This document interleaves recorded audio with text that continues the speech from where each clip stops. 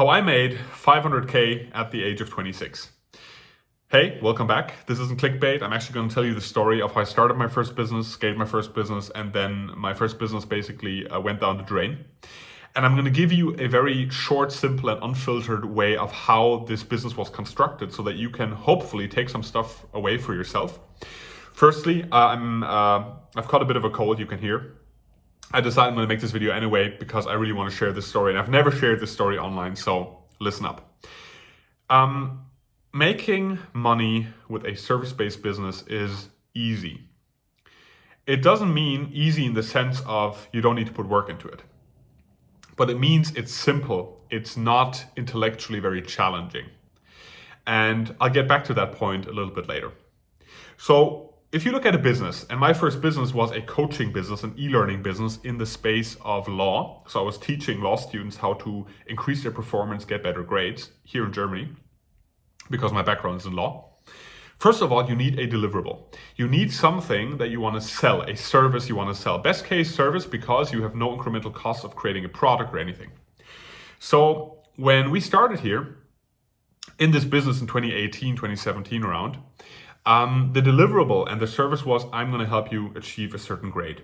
I'm going to help you increase your performance. I'm going to help you get the best possible grade for yourself. So the deliverable went into a big pain, because the pain for most law students, especially in Germany, was, how do I increase my grades without going crazy? How do I increase my grades? I don't know which way forward. It's so much studying. How is there a way to achieve this? And my hypothesis was, because it worked for myself, increase your human performance, your energy levels, your focus, your discipline, your motivation, and you're going to increase your grades. That's usually how it works, because you get to study more, you're in a good mindset for studying, etc., etc. And this also worked on the side. But firstly, you need a deliverable, a service which hits the pain of a customer group. Once you have that service mapped out, I'm going to help you achieve a result in a certain amount of time without the usual pain you might have. Once you have this deliverable, it's all about marketing and sales, right? So let's talk about these things. Let's talk about sales. If you have no marketing in place, okay, it comes down to sales. You need to do outreach, cold outreach. And back in the day, back in 2018, cold outreach was, I'm going to text people on Instagram. I'm going to text people in Facebook groups. I'm going to be in Facebook groups. I'm going to create a Facebook group. And now you might be looking at this in 2024 and be like, this is so out. This isn't really up to date anymore. Yes, but in 2018 it was. It was just coming to Germany. And basically what we did was, we would do manual outreach on Instagram and Facebook. So I had like a little Instagram following, etc., of law students. So we talked to every single one, text them, hey, what's interesting to you in topics? Hey, do you need help with this, etc. So we'd go all in on sales. And in our first month, we made above 10K with this, in first month with this business. Obviously, not very hard if you look at the metrics. I need like 5 clients who pay me 2K, right? So sales is relatively straightforward. You need a nice and good sales process of qualifying prospects and then obviously selling to these prospects. It gets harder though when you want to scale, or when you want to have the business and create a business at scale, because you need marketing. Marketing in the sense that you reach out to more people every day, and by the press of a button, get people who are interested in whatever you're selling. So this was kind of the next level of us scaling the business from 10K, 20K a month to 30, 40, 50, 60, was getting marketing in. Having interesting advertising, running on Meta, on Facebook, on Instagram, etc. And having people interact with that, coming onto some kind of landing page and submitting their data. So we did that, right? And if you really break the whole business down, and that comes back down to what I was saying earlier, it is very simple. Deliverable, some kind of service, best case in the beginning. Sales, outreach, talk to people, have a sales process, right? Of how you prospect them, of how you get to know what their pain points are, of what their desires are, offer them the product.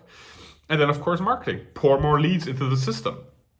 So we did this very successfully, and we scaled the business, and that's basically the story behind how I made 500K at the age of 26. Now let me get into some details and learnings in the process.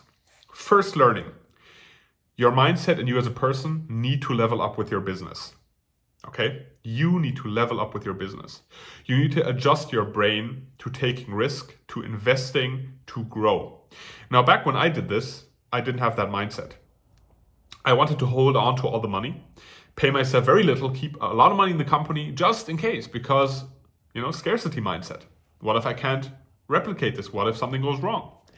And the big problem with that is you don't invest in processes, you don't invest in employees, you don't invest in your team. And obviously at some point, the deliverable, the service breaks because the service isn't good enough anymore to service so many clients. And then shit hits the fan, which basically happened in our case. But that's the first point. You need to level up. So you need to invest in mentors, you need to invest in employees, you need to invest in expertise, which you want to buy. First, learning. Second, learning is really important. You need to level yourself up in the sense that you show your brain, I have sufficient possibilities, I have sufficient financial means, and that I'm not going to die, right? So the problem is if you start into business, you want to live really, really lean. But once you start making money, you need to level up. You need to start spending some more money on yourself.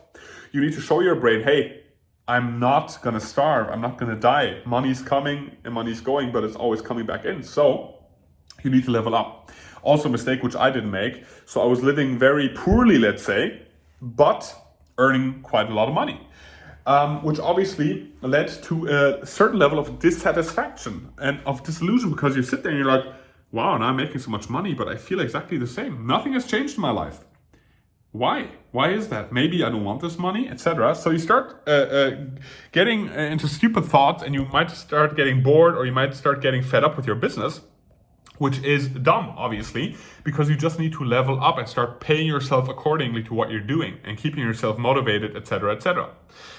That's the second thing. The third thing is, as I said in the beginning, making money in that sense is easy. You need discipline, but it's not intellectually challenging a lot of times, at least at that basic level. But it's much more important that you find something that you enjoy doing. At the end of my business, I was really fed up of helping people increase their performance, because people were struggling with the absolute basics. And I was fed up with telling people, look, you got to get up at 5 or 6 a.m. You got to follow your schedule. You got to do this and that. I couldn't do it anymore. So I was getting depressed by the work I was doing. I wanted a way out. So it's really important not to only find something which brings money. At the beginning, I get that, like that's of course the mindset, but you need to find something which you long-term have perspective in. I always wanted a business which is also intellectually challenging to me. I love those challenges, and this business was pretty simply structured in that sense. It was not challenging anymore. And so I got bored of it, and the motivation and also the invest in the business obviously decreases at some point. Again, there to a point where our service was subpar, and where some people were not very happy with their service, etc., which led to the whole business in the end of breaking down. Negative reviews, this and that. But I think these are 3 very, very important learnings which I took away from myself. It's important to know what business you're going into. It's important to level up with the business you're doing, invest in yourself, mentors, whatever you want to do, processes, employees. It's important to level up yourself as a person by investing in yourself and showing your mind you have sufficient capabilities. And there's one very, very interesting and important learning, and that is money on an account, an abstract number on some account, will never give you peace and security. The only thing that gives you peace of mind and a sense of security is your skill set.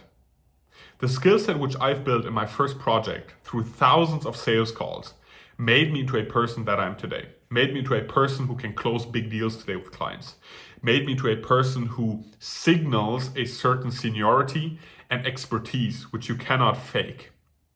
So you need to build your skill set. And if you're looking at building any skill set, the first thing you start off with is marketing and sales.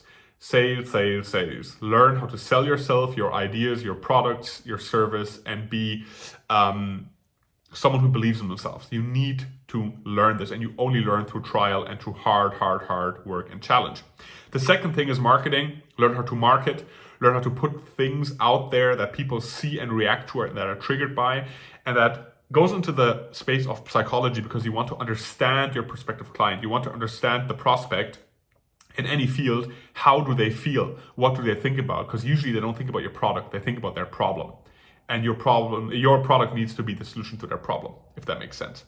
So That's the fourth really important learning. I could go on for ages, but I wanted to share this short story. I hope it helps you guys.